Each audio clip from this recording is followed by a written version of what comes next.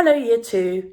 Today we're going to be learning about a Dutch abstract artist called Piet Mondrian, and we're going to be creating some jazzy art. Piet Mondrian was an abstract artist, and we'll talk about what abstract means in a little while.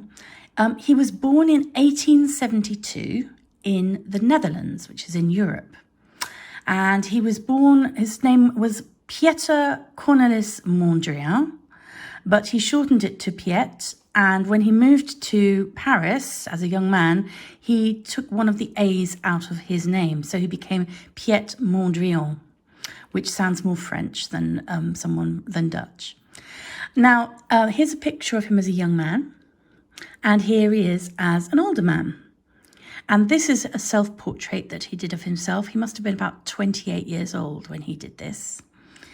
And here's an interesting fact. He was actually a school teacher before he became an artist. Now, he lived in the Netherlands until about 1911. And a lot of his early work there included lots of landscape paintings of trees. You can see some pictures of his trees here. You can see he's got a certain style to his artwork. But in 1911, like a lot of artists in those days, he moved to Paris because to be an artist in Paris was the thing to do. And he became influenced actually by Picasso, who we've already learnt about, and Cubism, which was one of Picasso's styles. And you can see here from when he first moved to Paris, this is a painting he did of a ginger pot in his house. And the following year, you can see how Cubism has affected him. This is the same pot that he's painted with cheese in front of it, like in this painting. But you can see those rectangles and cubes coming out of the picture more. So he was heavily influenced by Cubism and shape. Again, here, he's done a tree here. Now, compared to the trees he did when he was living in the Netherlands, this is very different. And you can see how Cubism has affected him here. And again, here, this oval, lots of lines, and he's starting to do lots of horizontal and vertical lines and adding colour to it. So we've got pinks and blues and oranges here.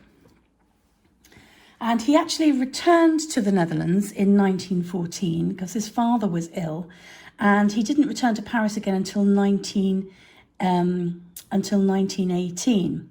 So from 1916 onwards, his work became very abstract. Now, abstract means that there's no real subject matter.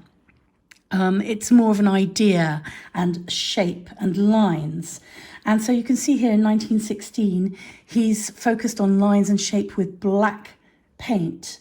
And here he's 1917, he then began to use pinks, blues and oranges, but much more abstract. There's no subject matter there. There's no landscape, there's no person, there's no bowl of fruit or anything like that. But then by the 1920s, he was back in Paris again, and his work still focused on the sort of cube shape, but it was more based on grids with large and small squares and rectangles. And he only used black paint and the primary colours, which are red, yellow and blue. And he made over 250 different pieces of art this way. And the black lines, he didn't use a ruler, he painted it all by hand. And it took a very long time to do because he was very meticulous. You can see that how straight those lines are, but he didn't use a ruler to do them. They were all hand painted. Here are some more examples of his work around that time. You can see some of the work has got very chunky blocks of colour in. And then these ones, very thin grid lines with a lot of white space in the middle and then colour around the edges. In 1940, he, as an old man, he moved to New York and he stopped using those black grid lines. And there's a lot more colour, same red, yellow and blue, but a lot more colourful looking, his paintings. And he was influenced by jazz music. And it's thought that the size of the squares represent the length of a music note. So, for example, these big rectangles and squares would mean a long held note, like this, long held note, whereas the smaller squares represented smaller beats, so bob, bob, bob, bob, much smaller. And the colours, it's thought, represented which note to play, like an A or a B or a C. And some musicians have actually tried to play his art. Now, this piece is called Broadway Boogie Woogie, and it was painted in 1942, which is 2 years before he died.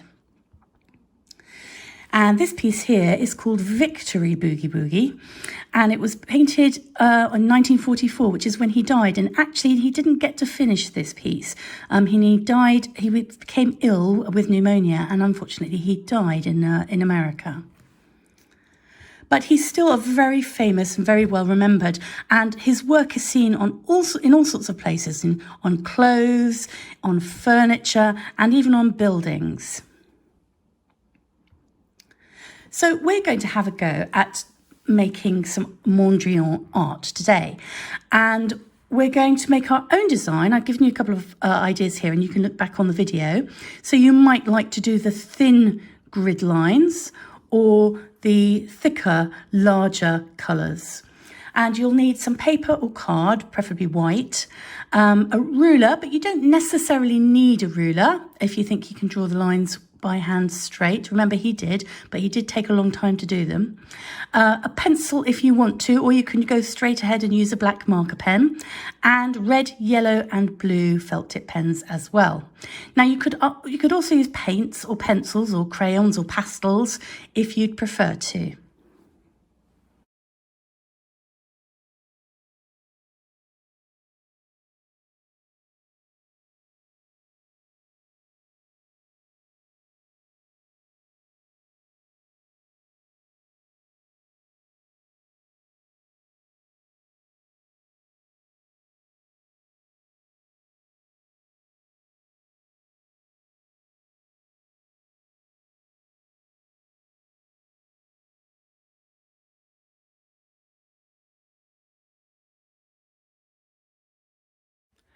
So remember, you're using vertical and horizontal lines to create rectangles and square patterns.